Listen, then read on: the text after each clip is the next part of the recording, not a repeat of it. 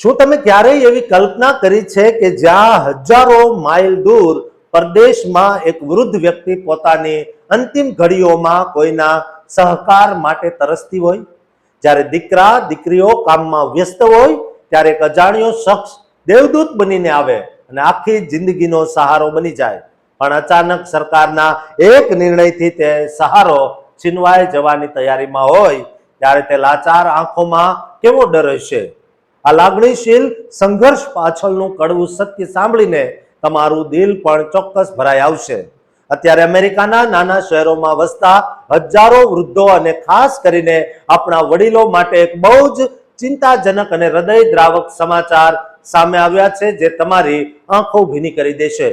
અમેરિકામાં community health workers જેવો વૃદ્ધ દર્દીઓ માટે સાચી લાકડી સમાન બન્યા છે. તેમની આ નિસ્વાર્થ સેવા અત્યારે જોખમમાં મુકાઈ ગઈ છે.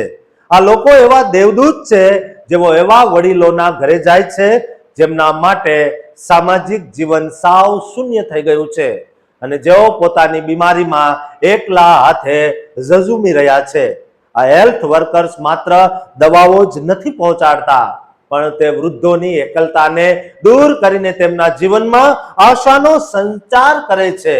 તેઓ સરકારી કચેરીઓની જટિલ આંટી ઘૂંટીઓ ઉકેલીને આ વડીલોને મળતી તમામ સરકારી સુવિધાઓ અપાવવામાં દિવસ રાત એક કરી દે છે, જેનાથી તે વડીલોને લાગે છે કે તેઓ હજુ પણ આ દુનિયામાં એકલા નથી.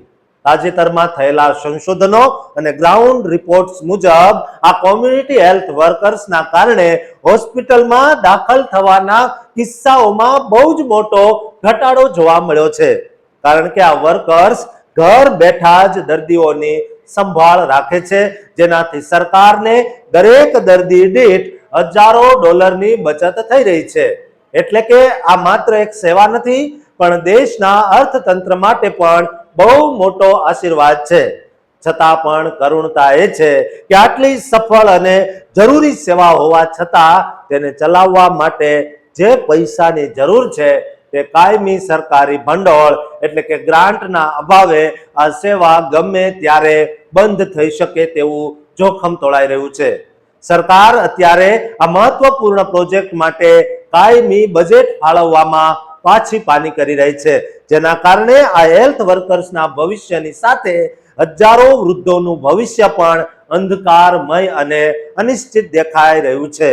જો આ ગ્રાન્ટ નહીં મળે તો એવા વડીલોનું શું થશે જેઓ માત્ર આ હેલ્થ વર્કર્સના ભરોસે જ જીવી રહ્યા છે અને જેમના માટે આ લોકો જ પરિવાર છે? શું આ અમેરિકા જેવો વિકસિત દેશ પોતાના વડીલોની સુરક્ષા અને સામાજિક સુખાકારી માટે થોડા ડોલર પણ ખર્ચી શકતો નથી? તે અત્યારે એક બહુ મોટો અને વેધક સવાલ બની ગયો છે.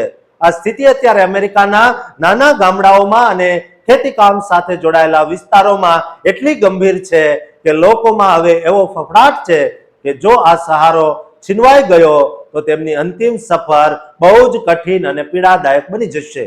આ હેલ્થ વર્કર્સ વડીલોના બ્લડ પ્રેશર ચેક કરવાથી લઈને તેમને ડોક્ટર પાસે લઈ જવા અને તેમના મનની વાતો સાંભળવા સુધીની તમામ જવાબદારી બહુ જ પ્રેમથી નિભાવે છે, જે આજે કદાચ તેમના લોહીના સંબંધો પણ નથી કરી શકતા. સંશોધકો પણ સ્વીકારે છે કે આ એક નાનકડા રોકાણથી સરકારને લાખો ડોલરનો ફાયદો થાય છે, કારણ કે જે દર્દી ઘરે સાજો થઈ જાય છે તેણે મોંઘી દાટ હોસ્પિટલના આઈસીયુમાં દાખલ થવું પડતું નથી અને સરકારનો મેડિકલ ખર્ચ પણ ઘટે છે. છતાં પણ આ સેવાને કામ ચલાવ ગ્રાન્ટ પર રાખવી તે ન્યાય સંગત નથી દેખાતી. દોસ્તો, ઉજાસ ટીવી હંમેશા માનવતા અને સત્યની પડખે રહેશે અને આ બાબતે જે કાંઈ પણ નવા અપડેટ્સ આવશે તે અમે તમારી સમક્ષ સૌથી પહેલા લાવતા રહીશું. કારણ કે આ માત્ર સમાચાર નથી, પણ હજારો પરિવારોની લાગણીઓ અને આશાની વાત છે, જે સમજવી આપણા દરેક માટે બહુ જરૂરી છે. આશા રાખીએ કે સરકાર જલ્દી જાગશે અને આ વડીલોની લાકડી સમાન બનેલી સેવાને કાયમી રક્ષણ આપશે અને આ દેવદૂતોને છીનવી લેવાને બદલે તેમને વધુ મજબૂત બનાવશે.